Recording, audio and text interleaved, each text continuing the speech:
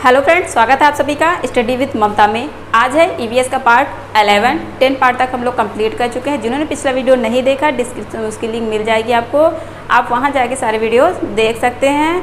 और कैसा लगा हमारा वीडियो कमेंट करके बताइए और ज़्यादा से ज़्यादा हो सके तो शेयर कीजिए। तो चलिए स्टार्ट करते हैं आज का ईवीएस का पार्ट 11। ठीक है, फर्स्ट है हमारा कालबेलिया।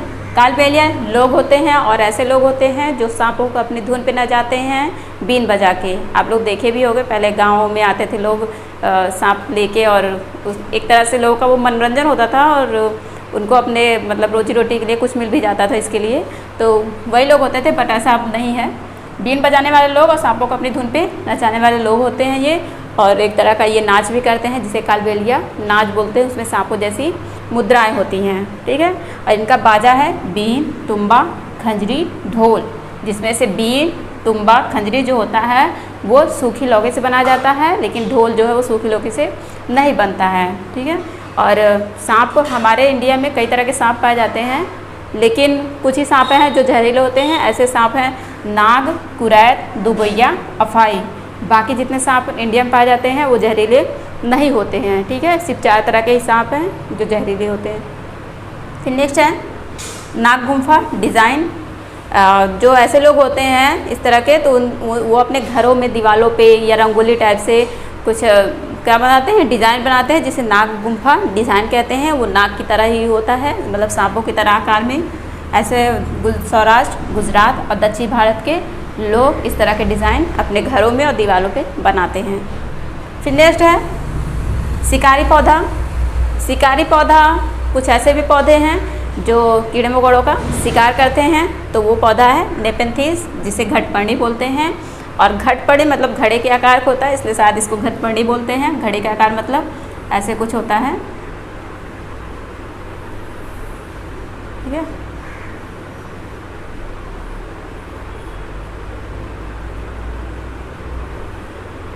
और ये ऊपर से इनके ढक्कन की तरह से कुछ ढक्कन बना होता है। और जब कीड़े मकोड़े यहाँ पे बैठते हैं और अंदर अंदर रोए होते हैं इनके छोटे छोटे,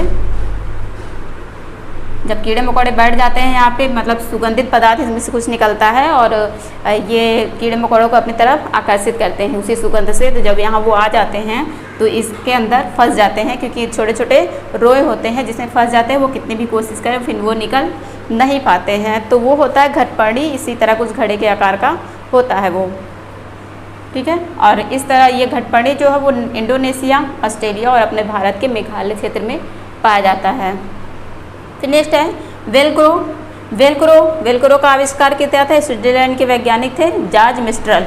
वेलक्रो क्या होता है, आप लोग कई तरह देखे होंगे, जैसे जूते, चप्पल या सैंडल में चिपकने वाली चीज़ें लगी होती हैं वो पिन की जगह पे। ठीक है, तो वही होता है वेलक्रो। इसे ये बस्ते में, जूते में और कपड़े में इसका यूज किया जाता है, लोग करते हैं। ठीक है, फिर नेक्स्ट है पाचक रस। पाचक मतलब एसिड।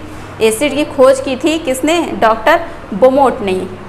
डॉक्टर बोमोट ने ही एसिड की खोज की थी, जो हमारे पाचक रस इसलिए बोलते हैं क्योंकि ये हमारे खाना पचाने का काम करता है। फिर नेक्स्ट है मृत सागर। मृत सागर जो है वो दुनिया में खारे पानी की सबसे गहरी झील है। नाम तो सागर है, लेकिन ये दुनिया में पूरे वर्ल्ड में देखा जाए तो खारे पानी की सबसे गहरी झील है। और इतना खारा है कि इसके 1 लीटर पानी में आप 300 ग्राम तक नमक निकाल सकते हैं। ठीक है, अब आप समझ सकते हैं कि कितना खारा ये हो सकता है। ठीक, और जितना ही खारा पानी होगा उसमें तैरना भी उतना ही आसान होता है। नेक्स्ट आते हैं डांडी यात्रा। और इसी नमक के लिए ही गांधी जी ने डांडी यात्रा की थी, अहमदाबाद के साबरमती आश्रम से लेके दांडी के समुद्र तक। ये बात है सन 1930 की। उसमें सन 1930 में गांधी जी ने अहमदाबाद के साबरमती आश्रम से दांडी के समुद्र तक यात्रा की थी। और इसमें 78 समर्थक थे इसके। कितने? 78 समर्थक, मतलब इतने लोग वहाँ पे गए थे पैदल यात्रा करने। नमक कानून अंग्रेज़ों ने लाया था और इस तरह के कानून बनाया था कि वहाँ ना तो नमक आप बना सकते हैं और ना ही सस्ते दामों पे खरीद सकते हैं। तो लोगों को नमक की ज़रूरत है, क्योंकि बिना नमक के कोई खाने का स्वाद ही नहीं है। लोगों को मजबूरी थी तो ख़रीदते थे महंगे दामों पे। फिर गांधी जी ने इसका विरोध किया और कई सारे लोगों ने इसका विरोध किया। जैसे अभी बताएं कि 78 इसके समर्थक थे, मतलब इसके लिए वो लड़े और इतने दूर तक यात्रा की, तो फिर जाके इस नमक कानून को तोड़ा। उनका कहना था कि जो चीज़ हमें प्राकृतिक रूप से मिली हुई है उसमें इस तरह की रोक क्यों है। तो फिर उन्होंने इसकी लड़ाई लड़ी और इस तरह गांधी जी ने कई सारे आंदोलन भी किए। पिछले वीडियो में हम लोग चंपारण का पढ़े थे, जिसमें वो नील की खेती के बारे में था। तो इसी तरह से इनका नमक कानून भी तोड़ा। फिर है उसी से ठंडा उसी से गर्म, ये एनसीईआरटी की 5 क्लास में एक लेसन दिया गया है, उसी से ठंडा उसी से गर्म। वो लिखा है पूर्व राष्ट्रपति डॉक्टर जाकिर हुसैन ने लिखा है, ठीक है। ये पहले हमारे देश के राष्ट्रपति रह चुके हैं। फिर नेक्स्ट है ठंडा रेगिस्तान। ठंडा रेगिस्तान कहाँ है? लेह में, जो कि लद्दाख की राजधानी है। अब तो यूनियन टेरिटरीज हो गई है, मतलब कि केंद्र शासित प्रदेश हो गया है लेह, जो कि जम्मू कश्मीर में पड़ता है। यहाँ पे जूले जूले का मतलब होता है स्वागत। स्वागत मतलब यहाँ पे लोग कहेंगे जूले जूले, तो मतलब आपका वेलकम है, स्वागत स्वागत कहते हैं लोग। और घर के बारे में हम इनको पिछले वीडियो में पढ़ भी चुके हैं। घर यहाँ 2 मंजिले पत्थरों के को काट के और इसके ऊपर एक जोड़ के बनाया जाता है और उसकी पुतैया उतैया कर दी जाती है। तो इस तरह वहाँ पे घर बने होते हैं 2 मंजिले, और नीचे की मंजिल पे लोग रहते नहीं हैं, वहाँ पे जानवर होते हैं, और ऊपर की मंजिल पे वहाँ के लोग रहते हैं, ठीक। नीचे की मंजिले पे कोई खिड़की उड़की भी नहीं होती है, और यहाँ पे की जो सीढ़ियाँ होती हैं वो लकड़ी की बनी होती हैं। छत और ज़मीन भी लकड़ी की बनी होती है, क्योंकि वो हमें ठंड से बचाती है। तो इस तरह से वहाँ पे घर होते हैं। और यहाँ के लोग जो हैं, ठंडी पड़ती है, सूखा रेगिस्तान है, मतलब रेगिस्तानी इलाका है एक तरह से कहे तो। बर्फ़ तो पड़ती है बट मैदान जो है पथरीले हैं, वो रेगिस्तानी है वहाँ पे। तो वहाँ के लोग जो होते हैं, ठंडियों में सब्ज़ी वहाँ पे नहीं उगती है, इस वजह से वो गर्मी की तेज़ धूप में ही सब्जियों को सुखा लेते हैं छत पे, और फिर उसको ठंडी में यूज़ करते हैं, ठीक है। तो ये था। फिर यहाँ का एक इलाका है चांगथांग। चांगथांग जो है वो लेह में ही है, लेकिन यहाँ की जो जनसंख्या है वो करीब 5000 लोग यहाँ पे रहते हैं, और बिल्कुल सुनसान है। कोई वैसे घर नहीं बने हैं, ना कोई ज़्यादा व्यवस्था है वहाँ पे किसी चीज़ की। तो यहाँ वही इलाका है चांगथांग, ठीक है। 5000 लोग करीब यहाँ पे रहते हैं, और यहाँ के लोगों को चांगपा कहा जाता है। चांगपा मतलब होता है घुमंतु लोग। घुमंतु लोग मतलब ये लोग बकरियाँ लेके पहाड़ों पे इधर उधर हरे मैदान की खोज में इधर उधर घूमते रहते हैं ये लोग, तो इसलिए इनको घुमंतु लोग कहा गया है, चांगपा।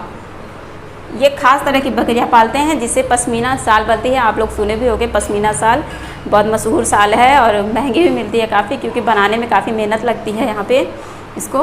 तो एक तरह के यहाँ पे बकरियां पालते हैं जिससे पश्मीना शाल बनती है। और ये बकरियां जितनी ही ठंडी जगह पे या ऊपर रहेंगी, ऊंचाई पे रहेंगी, उतना ही इनके बाल ज़्यादा उगेंगे और उतने ही सॉफ्ट नरम होंगे, ठीक है। और इनके टेंट जो है, इन टेंटों में रहते हैं ये, कोई वैसे घर नहीं बना होता है।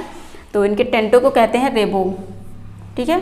इनके टेंटों को क्या कहते हैं? रेबो कहते हैं। और ये कुछ खास तरह के इसके डिज़ाइन होते हैं, इस नॉर्मल टेंट की तरह नहीं बने होते हैं वो, मतलब आदमी जो है आराम से वहाँ पे खड़ा हो सकता है, ठीक। एक पश्मीना शाल बनाने में, अभी मैंने ऊपर बताया कि काफ़ी महंगी भी मिलती है पश्मीना शाल। एक पश्मीना शाल जो है वो 6 स्वेटरों के बराबर गर्मी देगी, ठीक है। और ये मशीन से नहीं बुन सकते हैं, इसको हाथ से बुना जाता है। मतलब इतना सॉफ्ट होता है कि मशीन से इसकी बुनाई नहीं की जा सकती। और कम से कम 250 घंटे लगते हैं एक साल को तैयार करने में। तो इसलिए ही महंगा देते हैं क्योंकि इतना टाइम लग रहा है, वो अपना टाइम वेस्ट कर रहे हैं इतना। और ठीक है, नेक्स्ट है असम का काला हांडी जिला, जो कि चावल के लिए काफ़ी फेमस है। लेकिन ये काला हांडी जिला चावल तो होता ही है, वहाँ फिर भी लोग भूखमरी से मर रहे हैं।